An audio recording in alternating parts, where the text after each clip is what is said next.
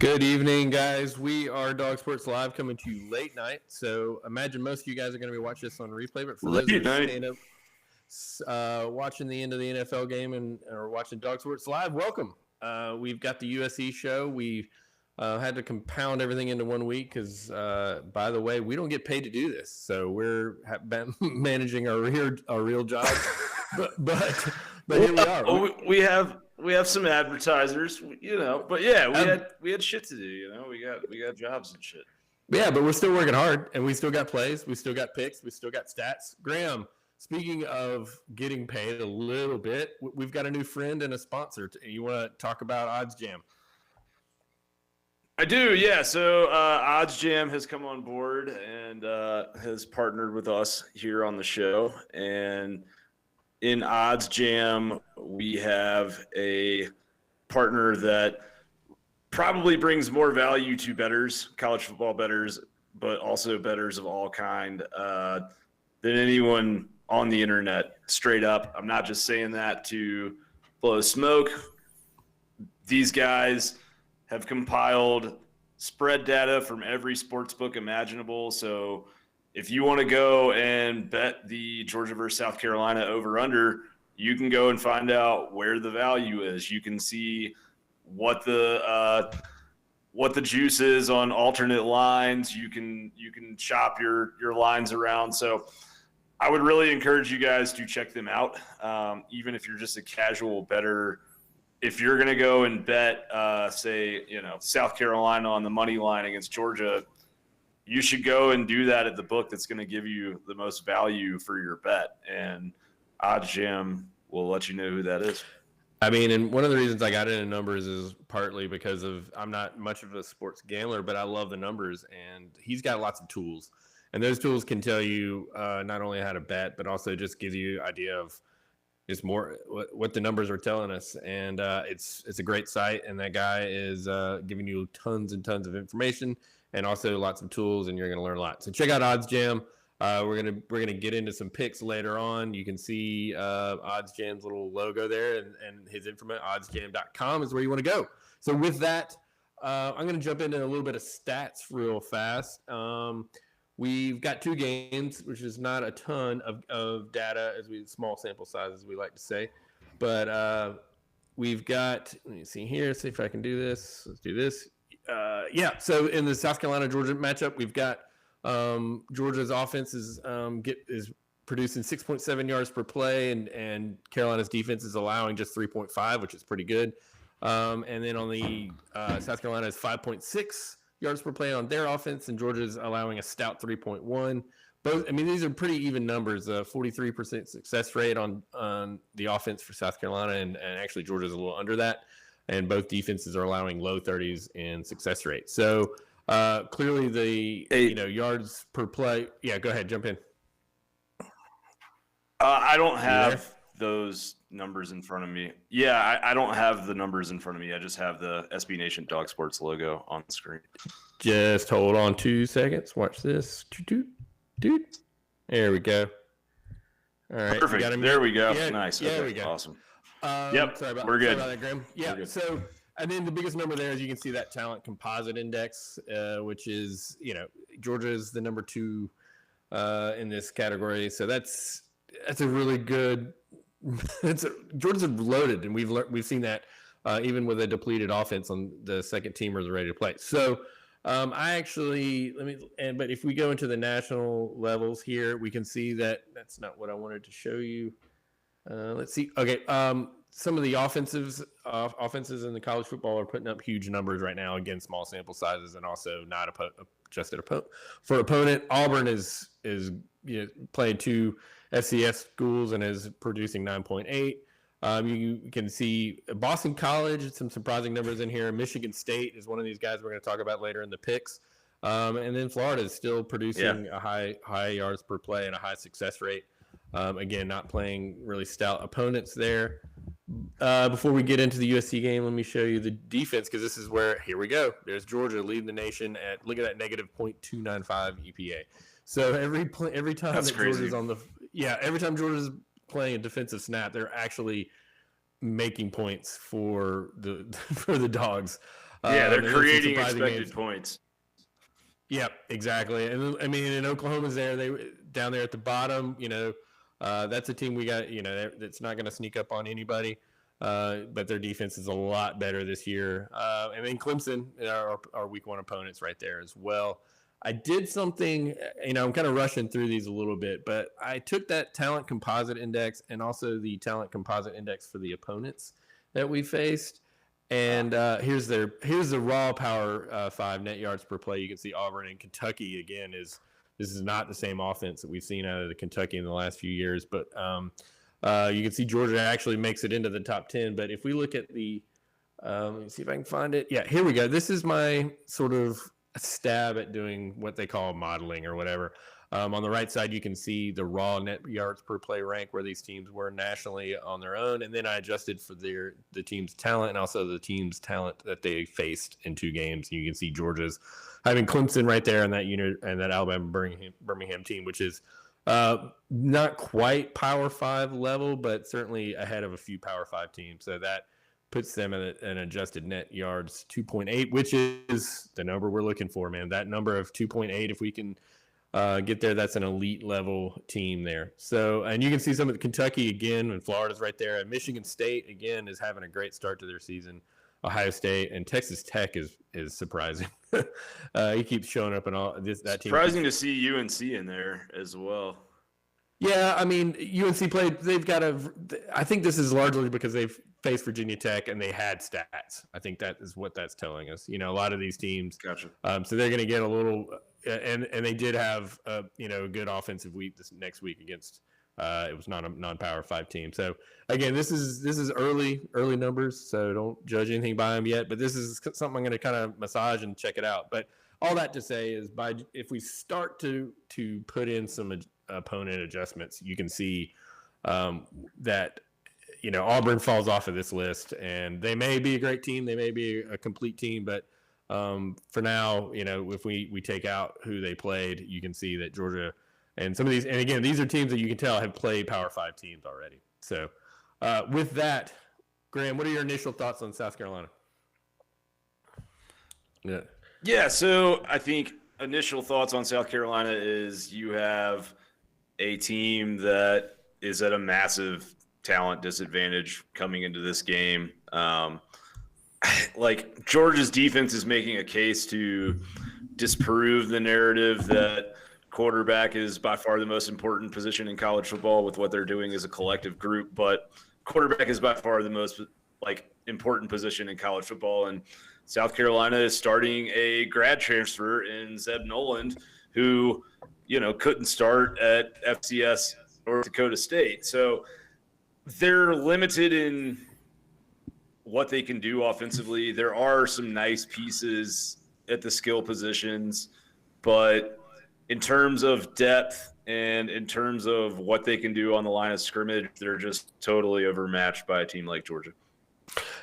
They've played a couple good defensive games. I think that was my first stat. If we look at the SEC, they're actually they're just behind Georgia in some of the metrics, and they've played the run really well.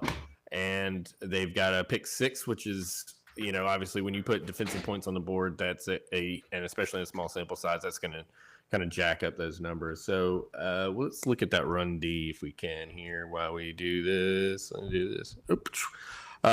So, and we've got some PFF grades here, and you've got some defenders that sort of jumped out at you, and our Jordan Birch, which was a target for Georgia, and he stayed at home and played. And is going to play at South Carolina, and he's off to a good start in his career. Yeah, I would say the 2 best players on the team as a whole are on the defensive line. You got Jordan Birch, number 3, and Kingsley Enagbare, number 1. Both of those guys are edge defenders. Birch is a little bit more capable of maybe kind of coming inside on some stunts and stuff like that. Enagbare is here at the bottom of your screen on the line. Those guys have the ability to disrupt what Georgia wants to do, much like, what was the guy's name that we kept running zone draws into a couple years ago? Oh, gosh. He was the pick of the 49ers. But Oh, this is gonna bother me, man. Anyways, yeah. If my phone's not even with me, I can't even look it up. If Georgia, yeah, the shade zero, Javon Kinlaw, that's who it was. Dang. So they have, a couple game wreckers in Birch and Enigbare that have been flashing and showing a lot of really strong potential against some of these G5 O lines. The good news for Georgia, I know there's been a lot of angst around Georgia's offensive line so far.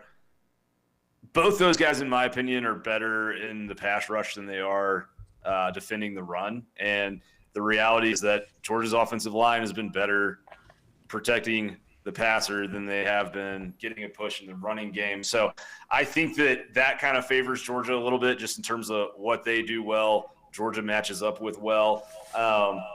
Looking back at some of the tape for UGA's offensive line here recently, the weaknesses tend to be at guard. Sawyer and McClendon have done a good job, and Cedric Van Pran's done a good job at center. So if you're going to play a game wrecker on the D-line and you're Georgia, you would rather see those guys on the edge than at D-tackle. And, Birch and Enigbare are both going to be on the edge Saturday. So I think they'll cause some problems occasionally, but I just don't know if they can make it 4 quarters without being gassed. Like, South Carolina needs those guys to make a ton of havoc plays to have a chance in this game. And I just think that Georgia is going to wear those guys down over the course of 3 or 4 quarters. I could see them having some impact early on, but in the second half, I don't know how they hold up. Well, they had a good second half. They were down early. The big play on the first play from scrimmage for East Carolina was a big touchdown. But their defense won that game for them, kept them in it, and got just enough points. But you're right. I mean, I think Georgia's going to be leaning on that defensive front, and I think it's going to be an overmatched situation, like you say, in that second half. I think that I'm curious when we get to the picks on what we think points wise.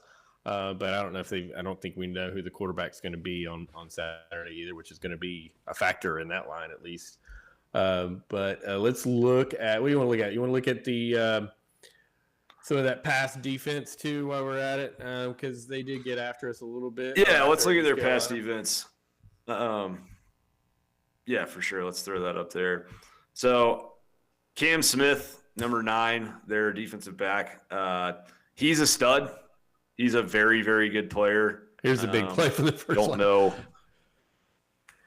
Yeah, well, and so what I was going to say is that Marcellus Dial, number 24, and Carlins Patel, number 21, both have struggled in coverage so far as far as defensive backs. Their safeties, as you can see there, can be caught out of position. I mean, they just don't have great athletes on the back end like they did last year, where they had 2 guys that went on to be high round draft picks in the NFL at corner last year. And so I think that Cam Smith is a very good player, and he can kind of lock down one of Georgia's receivers. Maybe he's matched up on Jermaine Burton. I don't want to say he's going to lock him down, but he's going to do a good job probably in this game. But Dial, Patel, those guys can be had. The other area that really stood out to me is just their linebackers. Sherrod Green has been awful in coverage. He's had 40 snaps in coverage so far in 2 games and has a coverage grade of 55.2. So I'm going to call now that Georgia will try to take advantage of him with Cook and McIntosh coming out of the backfield, maybe some wheel route type stuff. And then I also think if they can get Bowers matched up on him, man-to-man, it's probably 6 straight up. Yeah. Bowers is showing incredible speed, and 2 games as a true freshman has been the talk of the Georgia offense. Yeah. I think kind of going on to South Carolina's offense a little bit, like they roll Noland in the pocket a lot and kind of try to take half the field away from him. And I'm trying just give him better angles. I'm trying a couple plays because Kevin, why can't I remember his name? It's not Smith, but Kevin Harris, rather, is poised to come back. He got a couple snaps in the East Carolina game, but he is one of the most explosive backs and one of the most productive backs in the SEC. So it'll be interesting to see how many snaps he gets. But these guys they've got some running backs that play pretty well. Again, I just think that Georgia's too stout against the run. And it's kind of in some ways a little disappointing not to see Kevin Harris go against it, but hey, you play the team on the field, let's get a win. Well, and I mean, what I'll say is, they got Marshawn Lloyd, who's done a nice job filling in for Harris, and they do have some nice pieces at running back. Juju McDowell, I think, had about 75 yards last week against ECU, but dude, their offensive line is just not good. They're just very, very average to below average. And looking at, Dylan Wonham, their big tackle, he does an okay job in run block, but he's very poor in pass blocking. You look at the other tackle, Turnentine. Right now, he's got a pass block grade of 19.2 on PFF. And he's played, 111 offensive snaps for them. Like, he's a starter at tackle. And so you see on some of these clips, like, ECU's edge guys are blowing them off the line. So I think that they're really going to struggle to do much in the passing game. Here you see Nolan rolling. We were kind of talking about that earlier. They try to find some better angles for him to throw and shorten the field a little bit. And I don't think he has that strong of an arm. I think that's kind of that's kind of the best way. If he does that against Georgia, it's probably a pick. But that's the best way for them to get the ball outside the hashes with his arm strength, is just to roll him like that. But I think he's going to be under fire all day. I do think that their best chance is to try and run the ball a lot. And then, ironically enough, Nolan's best kind of moments passing so far have been deep passes. Like, he was 3 for 4 on passes over 20 yards past the line of scrimmage last week. So I think Georgia has to be careful to not get caught too into the rhythm of them sort of pounding the rock up the middle over and over and over. But, like, Georgia's going to have him under pressure all day. And his pass grade goes way down under pressure. Even when he's blitzed and he's not pressured, his pass grade drops to a 57.6. Like, he seems to panic and struggle kind of reading the blitz and getting the ball out to the appropriate guy. So I just think it's going to be a really long day for South Carolina's offense, man. I mean, the Vegas over-under team total for South Carolina is 7.5 points on Saturday. Yeah, I can see a shutout. I mean, again, we talked about it, that the 3 games in September after Clemson were the hardest one was going to be UAB. And I start watching the tape and they've got the SEC logo patch on their uniform, but they're an incomplete team under a first year head coach that's got a little bit of rebuilding, and their best player is not 100%. So it's not a good. That was one of his 20-yard plays, by the way. It's almost like an interception to the same team. It's not exactly. Oh my gosh. Yeah, I was actually watching this live. Somebody ran the wrong route there, I think. Yeah. And receiving wise, number 5 and number 6, both right there. Or no, that's 0. But number 6 is a guy, Josh Vann. Number 5 is DeCarrion Joyner. Georgia fans, you've probably heard that name before, and he's been around for a while. That's Vann right there, who God, did he fumble that there? Yeah, he fumbled in the end zone. Oh, man. Dude, watching this tape is just like a comedy of errors. Like, a little bit. It's like watching The Little Giants or something. Yeah.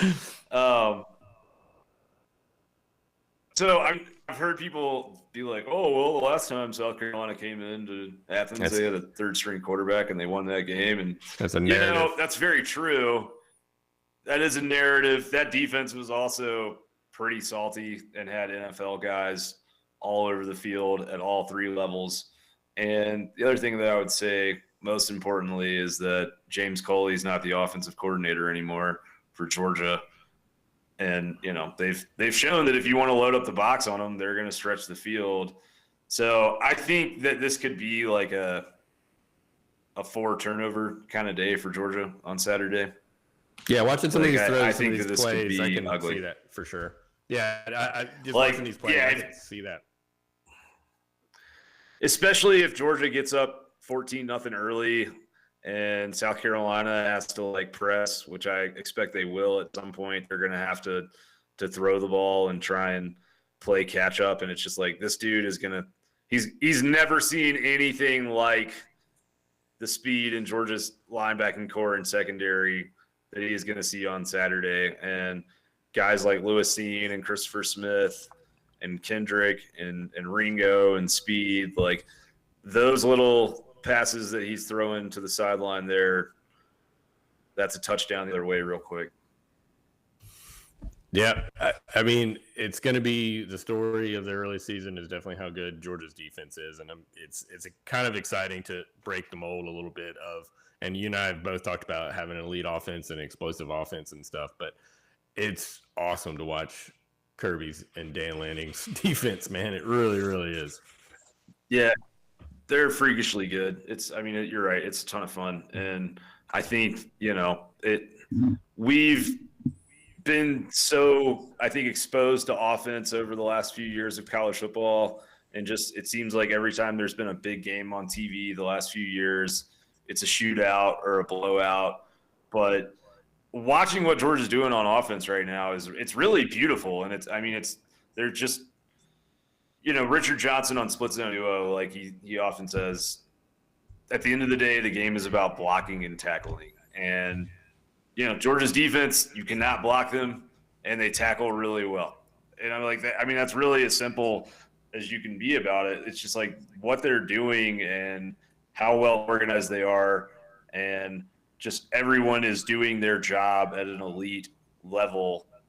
And the way that all of that kind of stews together and comes out is incredible to see so far. All right, I've got my little graphic up here. It's got the line when I pasted this in here. It was at 30.5, and the over/under is 48. So, do you want to start off our picks? And are you betting this game? I am betting this game. I have this on my sheet. I've got Georgia minus 30.5. I bet it at 30.5, and I feel very good about it. I don't know how South Carolina scores, more than I think if they have a very good day, a really, really good day on offense, they may score 14 points in this game.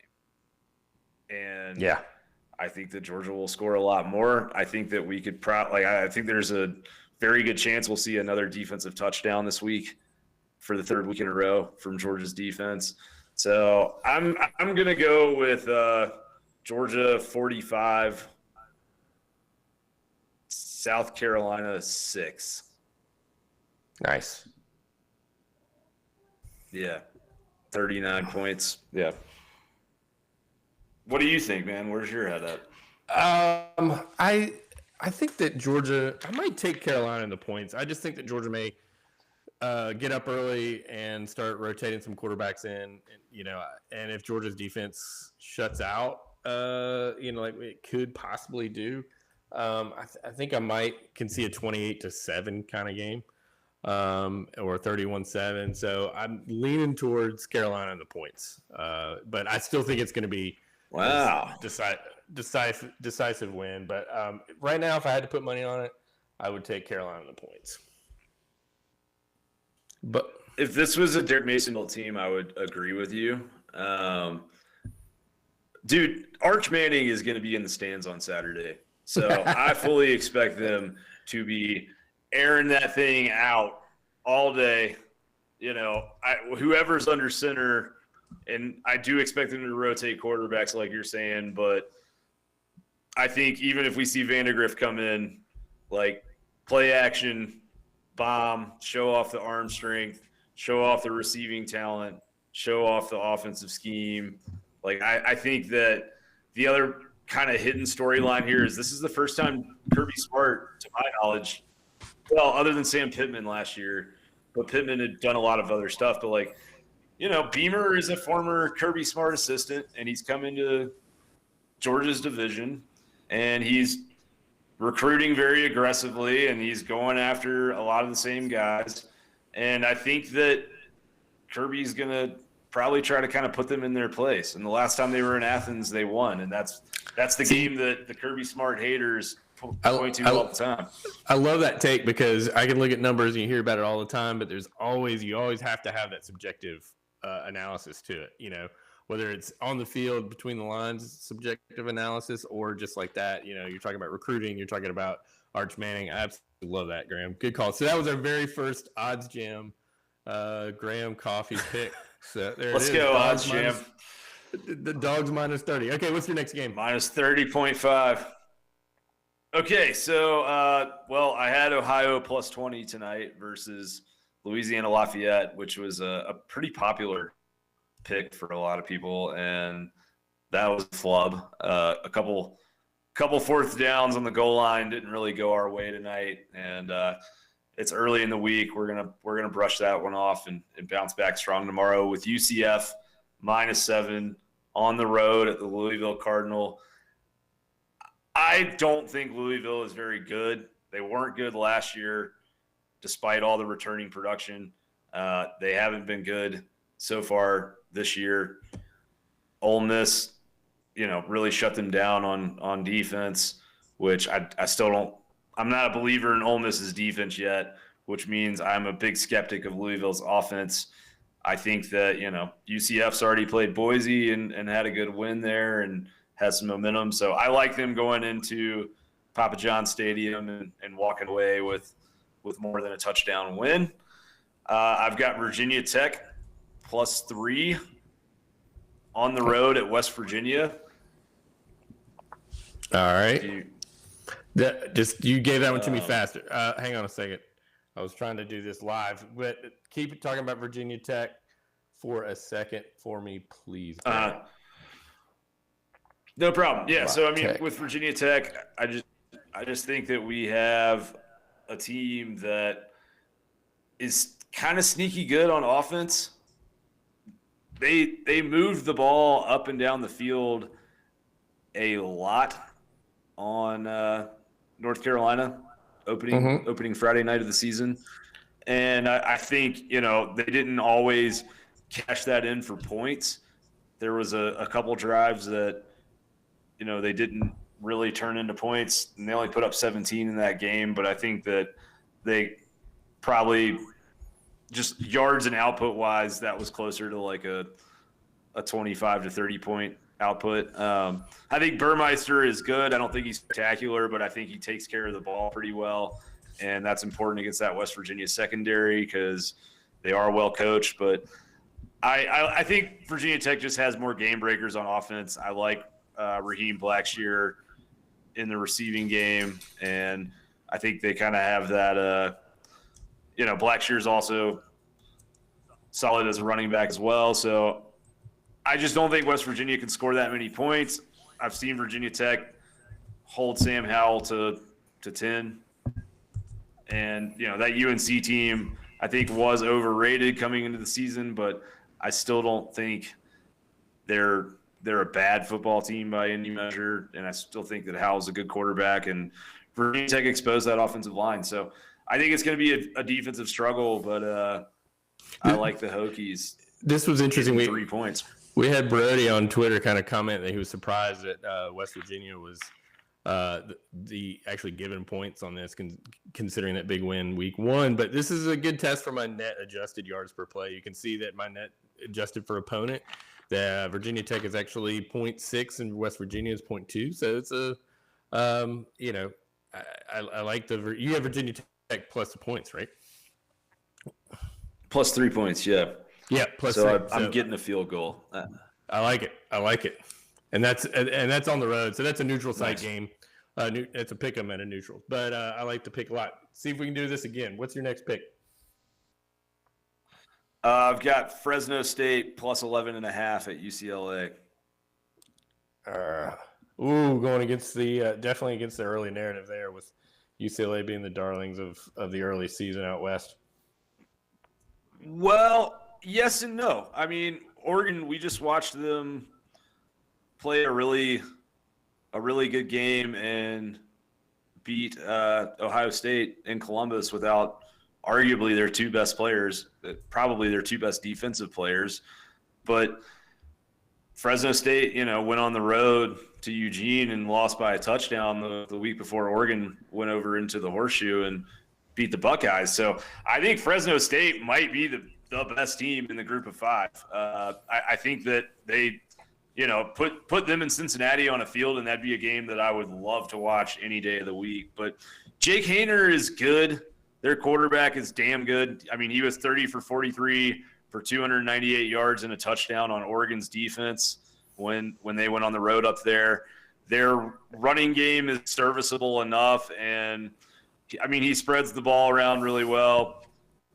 I think that Fresno State can score with just about anybody. I'll put it this way, man, and this is going to piss some people off, but I think Fresno State's offense is much more capable of going into UCLA's backyard and scoring kind of possession for possession with them than LSU's was equipped to do. Yeah, Fresno State had Fresno State's getting a good defense. Last thing I'll say on Haener. I'm sorry, go ahead. No, you go. I mean, just the last thing I'll say on Haener is early season kind of dark. He's not going to win the Heisman playing at Fresno State, but you want to talk about a guy that will probably be in a spot where he may have some, ninth place kind of Heisman votes, like one of those guys. He's that. I mean, he went 17 for 22 for 380 yards and 4 touchdowns against Cal Poly last week. They put up 63 points. I mean, he's got, just his ability to spread the ball around 1, 2, 3, 4, 5, 6, 7, 8, 9. He's hitting 10 different receivers in a game. That offense is hard to defend. I think they're legit. And I also just think that UCLA has struggled in the non-conference under Chip Kelly. I know that we've kind of reversed that narrative after the LSU win, but I think this is a letdown spot for them. I'm not going to bet Fresno on the money line, but I wouldn't be shocked to see this game, fourth quarter, 3 points, back and forth. I think that Fresno is going to they already had that game against Oregon where they know they measure up. And so they're going to come into UCLA expecting to win. I like it. You want to go to the Michigan State-Miami game? Sure. Look at that. See? I already got your pick up there. So there you go. Yeah, nice. So, yeah, I like Michigan State. I really liked that I was able to grab them at +6.5 before the line there moved a little bit. I also bet the over of 56 in this game, just so everyone knows. But I think that, Michigan State is moving the football. When I shared these picks earlier in the week, Jason Smith jumped in and was like, you're betting on an over in a Michigan State game. And it's like, Mel Tucker's Michigan State, at least so far this season, does not look like Mark D'Antonio's Michigan State. And I was impressed with what they did on offense against Northwestern opening weekend of the season. Northwestern's defense is not filled with 5-star guys, but they're usually pretty salty. And I think that this Miami team, probably a little bit beat up, both from Alabama and Appalachian State. That was a tough game they played last week. I like Michigan State in this spot, but I'm curious, do the numbers like Michigan State in this spot? Absolutely, they do. I mean, Michigan State's running around with a 58% success rate on offense and a .522 EPA. That's a number that if they were to hold on to all year would put them in the playoff, honestly. And that Michigan State net adjusted, my little net adjustment has got them at 0.6 yards per play, and Miami's only 0.2. So that number right there, I love that net yards per play. A lot of times I'm gonna take that whoever's getting more net yards per play and take them. So I definitely, my numbers sort of point to that. I mean, you can see that Miami is very mediocre to poor on offense and very mediocre on defense. And like Michigan State is playing really well on both sides of the ball. Absolutely love this pick a lot. Getting points is I mean, nice. I can see Michigan State getting another win out of this, but I like it a lot. You got another pick for us? Yeah. Do you have anything else on yours? On your side with the numbers that you want to put up? I mean, I can put all of these up. So I've got all these. Okay. Well, I'll just. I mean, I've got Northern Illinois going in to the Big House, getting 27 on the road against the Maize and Blue, and I like it. I like them in that spot. I think Michigan's defense looked really good last week against Washington. I think Washington is bad. We saw Northern Illinois beat Georgia Tech by 1, which is not really a big achievement because Georgia Tech's pretty god-awful.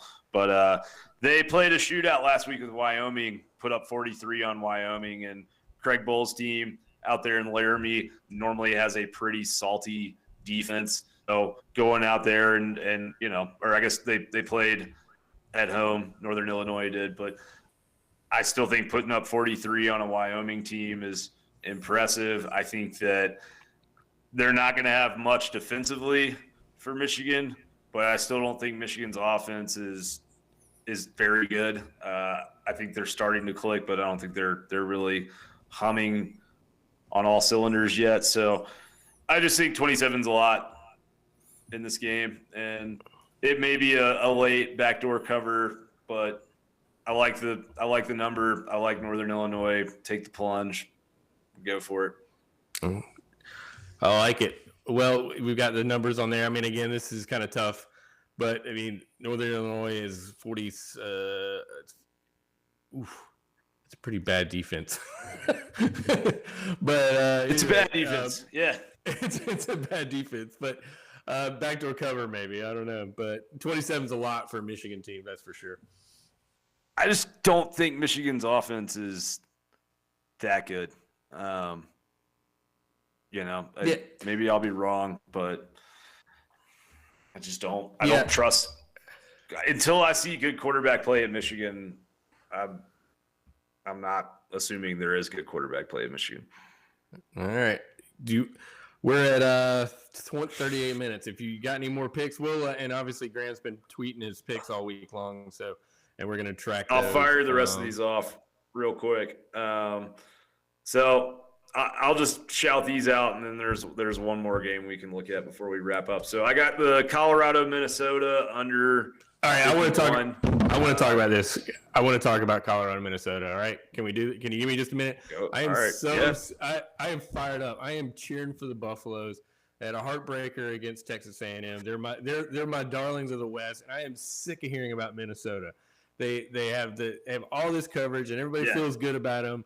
And I really think that Minnesota is a bunch of frauds, and I am ready for that to come crumbling down, dude. Absolutely want it to come. Go Buffalo. Not rowing the boat, huh? Okay. I am not rowing the boat. I thought you had like some number you were going to drop on me, but your position is just like, I hate Minnesota. I hate Minnesota. Absolutely. Well, look, if it's any type of omen for you, when I was driving back across the state of Colorado today, I'm rolling across these high plains at like 9,000 feet elevation. The wind's whipping the car around, and I look out, and there's mountains in the distance and a big herd of buffaloes out on the field. So perhaps an omen for the Buffaloes of Colorado. Perhaps not. Maybe those were someone's ranch buffaloes, and they're going to be turned into burgers. And maybe Colorado is too, but who knows? We'll see. I don't really care who wins as long as it stays under that 51-point total. So I also jumped on Utah State Air Force over 49. Kind of an obscure pick, I know, but hear me out here a little bit. Let me pull up my here we go. Okay. Yeah, so Utah State beat Washington State first weekend of the season and then put up 48 on North Dakota. Air Force is a service academy. Service academies are known for going under, but they put up 23 on Navy last week, and their pace of play wasn't that bad. So I think that this is a game that we'll get into the mid to high 20s or low 30s at least, and that puts me over. And I think it's going to be a pretty entertaining football game, truthfully. So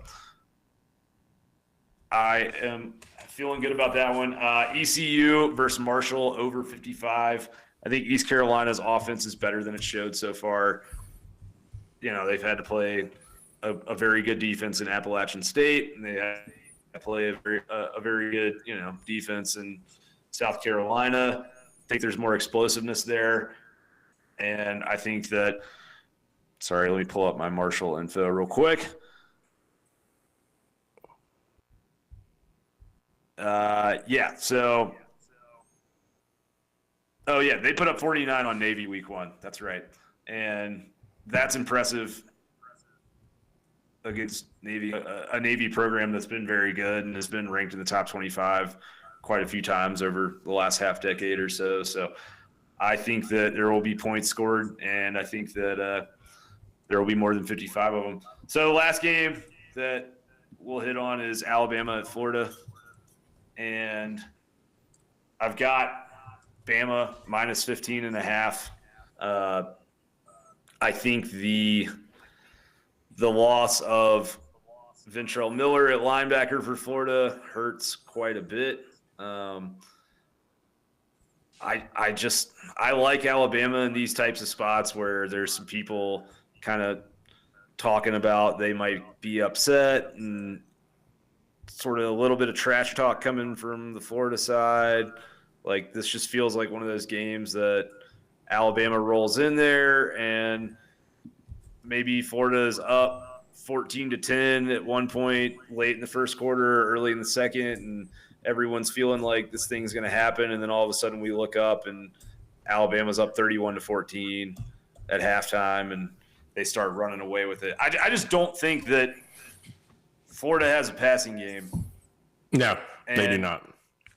Anthony Richardson is an incredible athlete. I understand the excitement about that, but you cannot beat a team like Alabama with the athletes they have on defense being one-dimensional in the quarterback run game. And we know this because we've seen Dan Mullen try to do that against Nick Saban and Kirby Smart defenses in the past. And the only time he's had success is when he had true pocket passers like Kyle Trask last year. He's kind of reverted back to the old dual threat style, lots of quarterback power type plays. Emory Jones, Mr. Checkdown, dude. Like, that's the nickname that the Florida insiders gave him this offseason, and so far it's come to fruition. I mean, he had 4.1 yards per completion or per an attempt week 1 against a terrible team. Florida Atlantic, not terrible, but not a great team. So I just think that Florida's offense has had a lot of success on the ground against two really bad defenses. Alabama is going to make them throw successfully to win this game. I don't think Florida has game breakers on the outside at wide receiver that can beat Alabama DBs in coverage, even in one-on-one man coverage. So I don't know how Florida, really keeps this tight. I think the defense has to step up for Florida for them to be competitive in this game, and they've played well so far, but that injury is pretty significant for Florida. This is an interesting test for my adjusted little metric I've been working on, because this does favor Florida in this game. But dude, trust me, I wouldn't. I'm not betting this. I just mentioned it. I actually put it up there just to say, okay, all right, well, here's my metric. I'm going to put it out there. So sure. But if Florida has anything close to a 41% success rate against Alabama, they're going to be in that game. And if Alabama's offense isn't quite dialed in, and from the changeover from a new offensive coordinator and new quarterback in a hostile environment, I can see this being close. But if Alabama clicks on offense like we know they can, I mean, Alabama's gonna, I wouldn't be surprised to see them win big. But I think if I'm putting money on it, I think I'm taking the points. It's a lot of points on the road. Yeah, I think it will take a little bit, a quarter or so for Bryce Young to settle down and that Alabama offense to find a groove. But this game feels exactly like that Miami game did to me, where, it's like, oh, Miami's got this athletic quarterback, and Saban struggles with athletic quarterbacks historically going back. And then all of a sudden you see Jamison Williams and all these Alabama wide receivers just running through the secondary 6 yards clear of anybody on defense. And I think that's what we'll see on Saturday. I don't think that Florida's back end can hold up. And I do think they'll get pressure at times. Like, I think that there's some good talent in that front seven, especially on the defensive line. But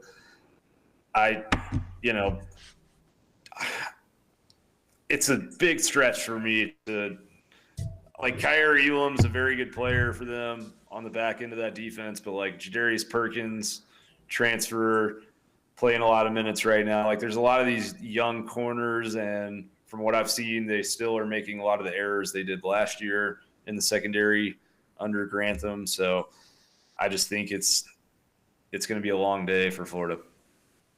All right. It's 1:15 in the morning. You guys probably are watching this on Fridays, but good show. Welcome to Odds Jam. Welcome, Odds Jam. Thank you for sponsoring Dog Sports Live. Yeah, thank you guys. Check them out, oddsjam.com. And check us out on YouTube and Apple Podcast and Spotify and all those places. Leave us reviews. We've got stickers and FTMF hats on dogstats.com. We've got the Chris Smith commemorative Clemson win stickers are on the website and are available to ship. Graham Coffee is Dog Out West on Twitter. I am dog_stats on Twitter. We are writing for dogsports.com, and we are excited to keep this thing rolling. We've had a tremendous uptick in activity, and we really, really appreciate it because it's a lot of fun. Obviously, it's a lot of fun because we're out here at 1 o'clock in the morning doing this. So, yeah. All right, yeah. I'm done, Graham. Take us out of here. Well, Josh, thank you for putting together the show while I've been running around on the road this week. And, I just want to echo what you said. Thank you guys for all the engagement, all the subscribing and following and commenting that you're doing on our content. It's a blast, and we enjoy engaging with you, even if you hate our takes. So please keep it up. Enjoy the weekend, enjoy the football, and we'll be right here if you need to find us. And I'm assuming we'll be back Sunday night with a recap show, or Saturday night. Saturday night, one of the two. We don't know. We don't have a schedule because we're filling this in where we can, but we're going to be here somewhere, and like and share and retweet us, man. All right, with that, go Dogs. Go Dogs.